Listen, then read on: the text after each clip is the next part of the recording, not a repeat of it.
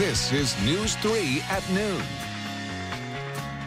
Good afternoon and welcome to special coverage of Inauguration Day in Wisconsin.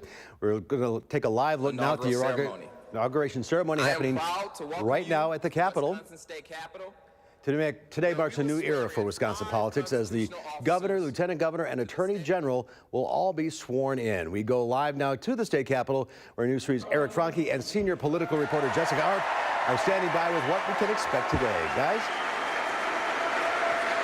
Yeah, Mark, always a special day when there's a governor inaugurated here in Wisconsin. And as you mentioned, Democrat Tony Evers taking the oath of office. It'll be another 40 minutes or so. They're moving quickly here on this well-choreographed day, but just a little ahead of schedule as the constitutional officers have just entered the building. They'll be sworn in another 25 minutes or so. We bring in Jess, who had a chance to sit down with the governor-elect last week, and has a little bit more on what we can expect to hear from him today. Yeah, he was talking already last week about how this speech that we were going to hear from him today was going to be a lot about civility, about compromise, and about what he intends for the next 4 years of his administration to be. We know he is taking office, and for the first time in more than 3 decades, we know all of the constitutional officers taking the oath today are Democrats, but he will be taking office with a Republican-controlled Assembly and Senate. So, of course, we are expecting there to be a lot of conversations about how they're going to move forward on legislation, how they're going to solve problems.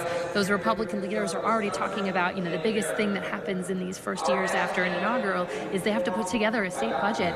And that first budget is likely to be really a big fight between the two of them here, between the governor and the legislature in both houses. So that's going to be obviously something that we're watching very closely in the months to come. We're going to hear a lot about this lifelong educator, Tony Evers, and how he's really, from his days as a teacher in Toma to where he is today, right? Right, yeah. I mean, the campaign was so much about education. I had actually talked to some different folks in all aspects of education over a period of time.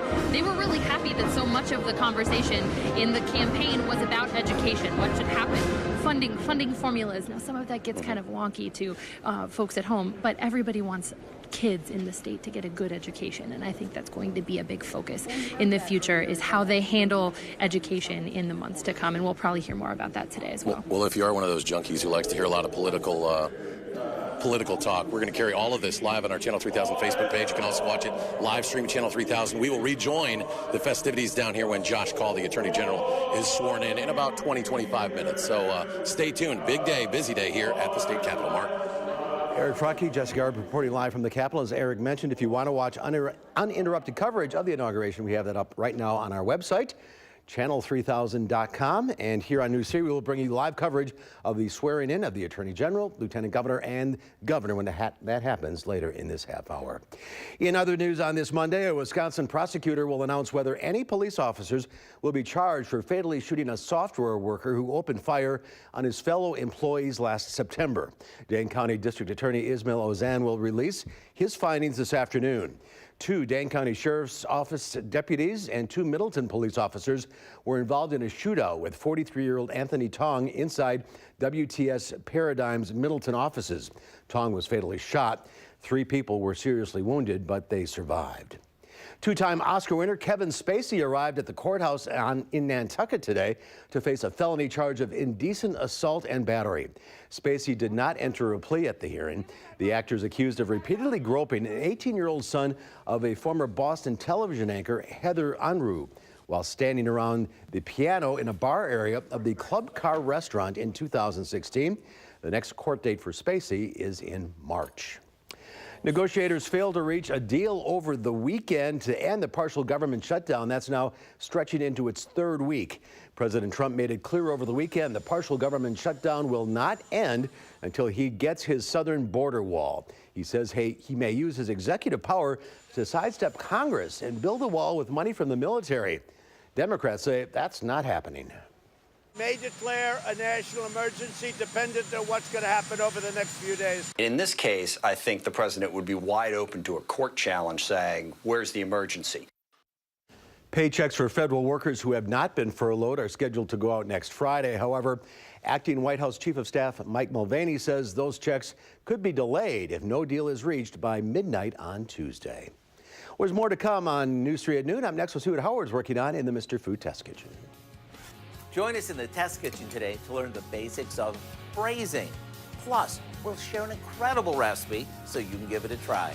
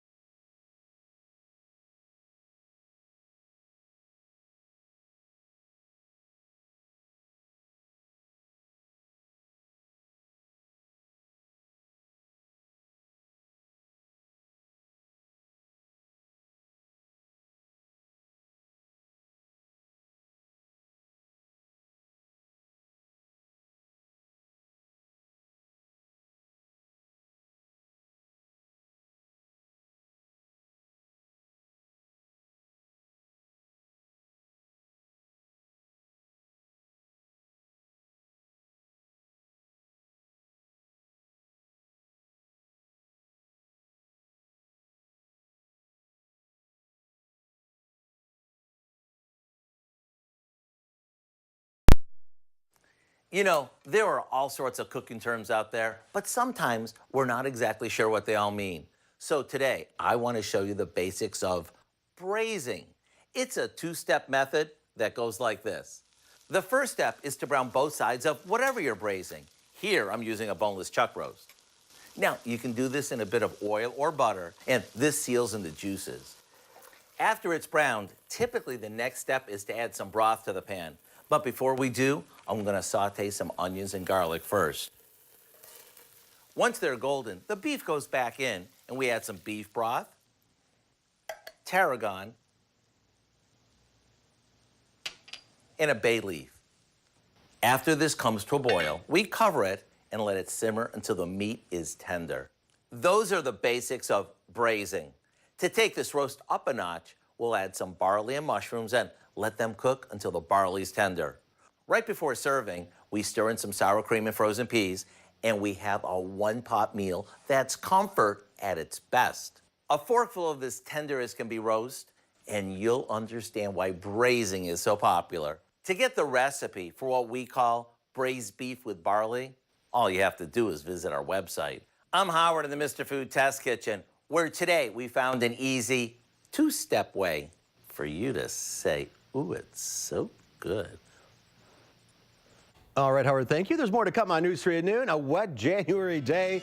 Will any of this rain turn into snow? Well, meteorologist Dana Fulton will have your first alert forecast when we come back.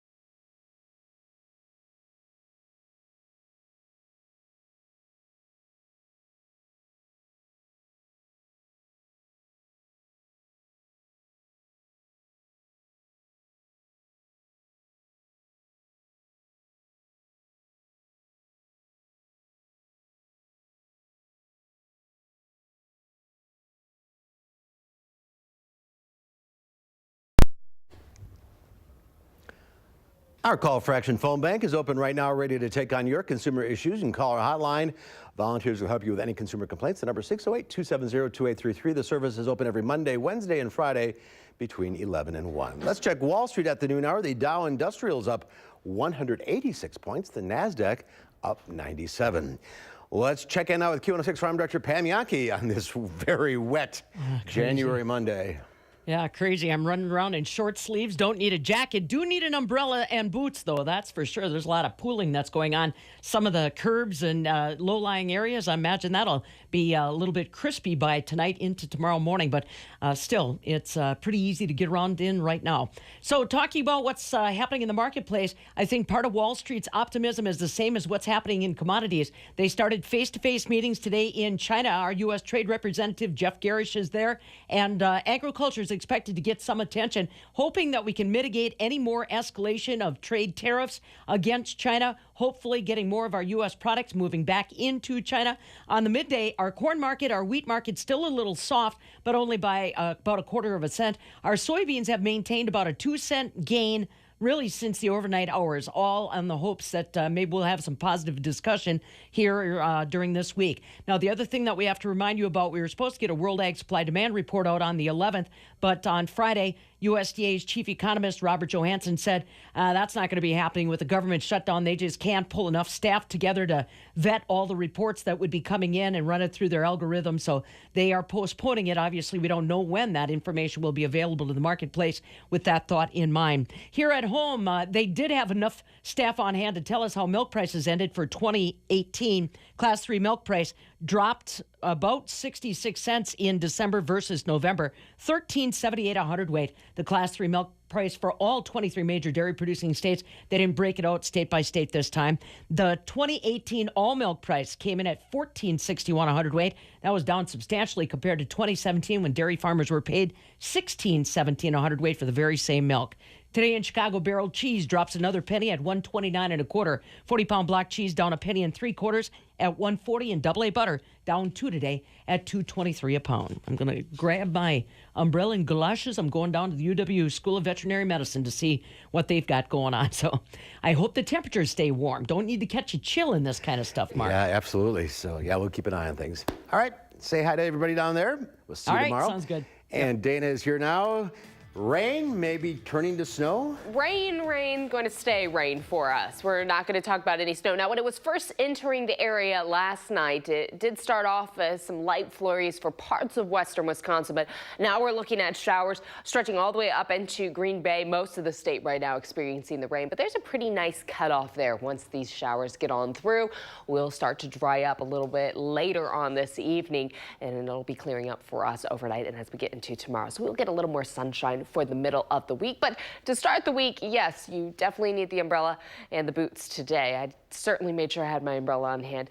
Notice a few of these spots we are seeing some heavier rain showers at times. Sometimes it's just some light rain. Even in parts of Dane County right now, we're not seeing anything. So it's not everybody in the same boat at once. In Grant County right now, we are starting to see a drying trend. The good news, no lightning associated with this front coming through. It is just rainfall for us, and we are watching our rainfall numbers get close to about 1/2 inch to 3/4 inch for our accumulation so far. So a significant amount of rain coming through today, but it is clearing on out. It'll be wrapping up for us just in the next few hours. This is all a big area of low pressure. Our warm front crossing overhead first. That's why it's so mild outside today. We're expecting highs to continue to climb for us with our temperatures close to 50 degrees this afternoon. So that warm air just in the prime spot for us this afternoon. Our cold front swings in behind next, and we are going to certainly watch our temperatures drop behind this cold front as we get into Tuesday, Wednesday, and even Thursday. It will be a little more seasonal outside for us. Our January thaw, I'm going to wrap up today. We'll put a bow on it and slide it away. We'll get a little cooler for the middle and end of the week. As far as the next few hours go, all of this moisture, again, isn't just for us in Wisconsin. It's really going throughout the Midwest, a line draping all the way down through Illinois. It continues to move east. In the plains right now, they're seeing a drying trend, but that moisture is going to move to the New England area and clear out of here for the middle of the week. We'll continue to see a few heavy rainfall moments up until about your drive home. 4 or 5 o'clock, most of the rain is out of here. We're looking at a few clouds for us overnight. Tomorrow morning, there is a slight chance for some isolated flurries as our temperatures will be pretty close to freezing overnight, but throughout the day, we're actually planning on a partly sunny sky. Really expecting a pleasant day for us. Wednesday overall will be pretty pleasant as well, but notice our wind direction shifts coming from the northwest. It is going to be much cooler outside. Even our temperatures in the morning will be in the teens. Warm, rainy, and a little windy. Our wind gusts close to 30 miles per hour already in Madison, and we may see those wind gusts stay sustained there for the rest of the afternoon. Now, our temperatures have warmed up quite a bit. In the last 24 hours, we've jumped 11 degrees. We are expecting our temperatures to peak by about 3 o'clock, close to 50, and then we cool down, of course, overnight. Temps will be dropping close to that freezing mark for us overnight. Looking at the next 7 days, today's the only day that we have any sort of concern to see this kind of mild weather around. 50 for this afternoon. We still have a few more hours before we get there, though, and then our temperatures are going to fall for us through the middle of the week. It's going to be much cooler outside for the next several days. I can't even say it's going to be too cold, though. Just seasonal for us, Mark, to get a little further away from the 50-degree mark. Back to January. Yes, yes. Yeah. We'll hop in the other direction. And this rain has nowhere to go. The ground's frozen. The ground's frozen, and it's definitely pooling right now. Yeah, yes. So be careful out there. All right, Dana, thank you. And Linda Barch is here. Speaking of pooling and plants, what do you got there? Well, this is a plant that's called Pilea, or you can, it's a shermate plant. You can pass it on because it develops these little babies at the base that you can cut off and give it to a friend, or just let it get bigger and bigger and bigger. Talk more about that and take your calls at 270-9933 when News 3 at noon continues.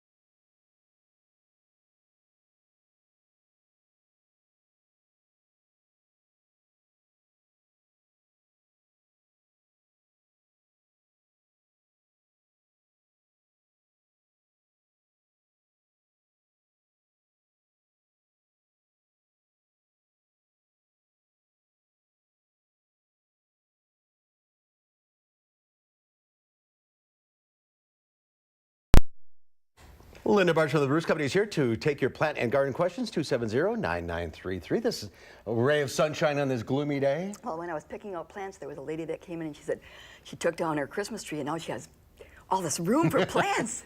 So this is a pretty Stromantha, has a totally different color on the underside of the leaves. Tropical, just sort of like the bromeliad next to it over here. And if you have a problem growing plants, this is an easy one because you just keep water in the little cup. You don't even have to worry about watering the soil necessarily. And then I have a fern that looks like it's really delicate, but it's not. It's a lemon button fern, and it's quite tough. And then, of course, the cute little dwarf orchid, and there's an array of things. I have lavender and this little, the share me plant. All right, let's go to the calls. We will start with Jeff in Loganville. Hi, Jeff. Hi. Hi, what's your question? My question is, I have about half a dozen very old Christmas cactuses, and they didn't have any flowers this year. Maybe it was because we just had such a really dreary, dark season in the fall, because I've heard that from quite a few people this season. Do you keep them inside all year round? Jeff? Oh, he must be gone. Well, I have pretty good luck, but sometimes when those are old, big cactus, it's not easy to transport them. But if they're smaller, I like to move them outside during the summer, and before danger of frost, then bring them in. Then they seem to set buds. Full sun? Not in full sun. You've got to have, east light is good, or the shade of some sort of shade tree would be good, because otherwise they'll burn. Yeah, that'd be quite a shock going from the inside out. Yeah. All right, let's go to Doris in Prairie du Sac. Hi, Doris. Hi, I have an amaryllis that is getting taller and taller, and it doesn't flower. What's going on with that? Well, as long as the flower stalk is developing, then it will develop flowers eventually. Sometimes people, if they don't buy a good-sized bulb, then you just get leaves and you don't get a flower. So you want a bigger bulb? A larger bulb is critical with amaryllis, yeah. Okay. And all this rain this time of year, is this causing some problems for our plants or not? Oh, well, you know, there's 50 degrees. I'm glad that it's going to be sort of gradual with the cool down, because since it doesn't have any kind of protective, and ice is really bad for plants. Ice around the crown of plants can be detrimental. So we'll see. Yeah, plants like to be covered in snow. I mean, that's the natural thing around here. Snow is a really good insulation, and ice, that eliminates oxygen, and then that combined with the ice layer can actually cause the deaths of some plants. But hopefully we have a gradual cool down and we don't have as many problems. Yeah. All right, let's go to Mike now in Portage. Hi, Mike. Yes, a couple of weeks ago I called and asked about cutting box elder trees and elm trees down along my garden to kill them, and you said to treat them as the sap was going down. But I didn't catch what you said to treat it with, to kill them stumps with. Okay. Thank you. Okay. Since you've cut it for a while ago, then the cells will have closed up. So there's no point in painting any of this material on there. Next spring, when you start to see suckering coming off the side, then make a fresh cut and have this brush killer. It's a chemical that will be taken up by the plant and translocated down to the roots and cause it to die. Okay, so nothing really you can do now. Not at this point, no. All right, let's go to John. Hi, John. What's your question? I just moved into a house in Adams, and I'm wondering what side of my yard I should be preparing for a garden. All right. This is a vegetable garden, John, correct? Yep. Okay. Vegetable gardens you want is full sun, if possible. So if you are going to be putting it up next to the foundation, then it should be on the south side. But ideally, you move it away from the home and where you can get sun growing all around it. You're going to find that things are going to perform much better. But depending upon the size, you know, there are certain plants that don't need as much sun. Lettuce is not a real. But most vegetables like full sun. Yeah, absolutely, to be the best performing. So the south side of your house is the answer. Yes. All right, let's go to Kelly in Madison. Hi, Kelly. Hi, how are you? Good. What's your question? I have a lemon and lime tree, and it was blossoming, and then it did produce some very small limes, but now it seems like it's gone dormant, and I just wondered if that was a normal growth pattern that they have. When you say dormant, what do you mean? It's just not flowering anymore? Well, it's not blossoming, and it's lost leaves. Oh, all right. Well, see, it is a tropical plant, and again, that's going to require as much sunlight as you can give it. So south window at this time of the year, or ideally, if you have a sunroom, that would be much better. And dropping foliage, you also check for insects. Sometimes it can be a problem with citrus inside. Yeah, I started one of those from a seed too, and I had trouble with spiders. Spider mites? Yeah. Mm-hmm. Yeah. But this is not Florida. No, it's not. You're right. We certainly know that. Let's go to Paul now in McFarland. Hi, Paul. Hi there. Hi. What's your question? We have a peace lily, and we want to know why it never blossoms. Well, again, I think that's a plant that you're going to have to fertilize it on a periodic basis if you're going to get it to flower. I know Mark, he's amazing. Don't follow my lead. Well, he doesn't overwater. That's one of the things that I think is very critical. But peace lilies, if you don't water enough, then they're going to wilt. So it's a little bit touchy, but do some fertilization and probably wait till February, March to do that. Do they like be root bound or? They do prefer to be root bound in order to develop flowers. All right, let's go to. We have time for one more. Let's go to Lois in Waterloo. Hi, Lois. Hi. Hi, what's your question? I have a question about the plant that she has there on stage today with the the red and green leaves. Okay, Mr. Samantha. All right. Okay, mine is, the leaves are drying. What's causing them to dry? Well, with the lower ones, we'll do that over time because it's growing.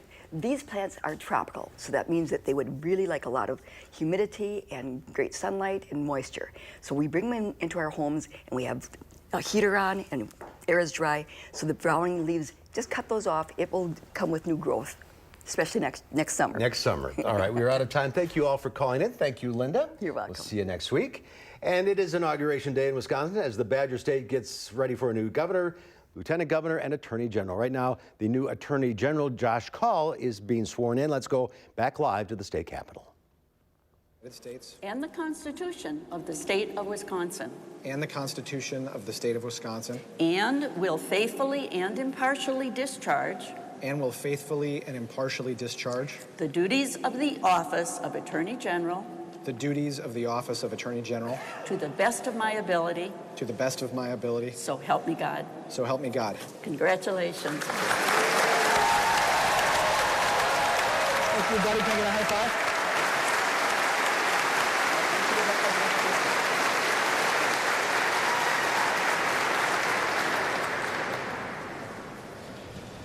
Thank you. Thank you to my family.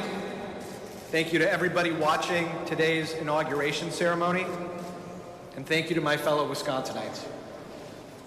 Today's inauguration takes place in atypical circumstances. Last month, the powers of 2 of our state constitutional offices were diminished after the election for those offices had been held. That action, unprecedented in Wisconsin and designed to hinder our ability to do the jobs that the voters elected us to do, will have an impact. But I want to make clear that irrespective of the action taken by the lame duck legislature, the priorities of the Wisconsin Department of Justice are changing.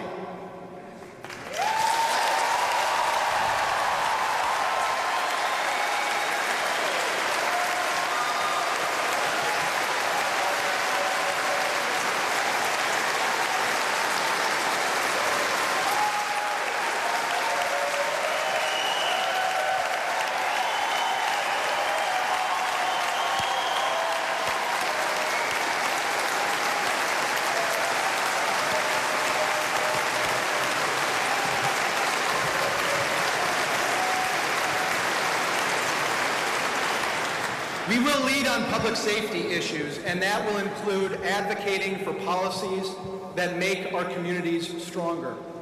We'll revitalize the Environmental Protection Unit and bolster our consumer protection efforts. And we will stand up against the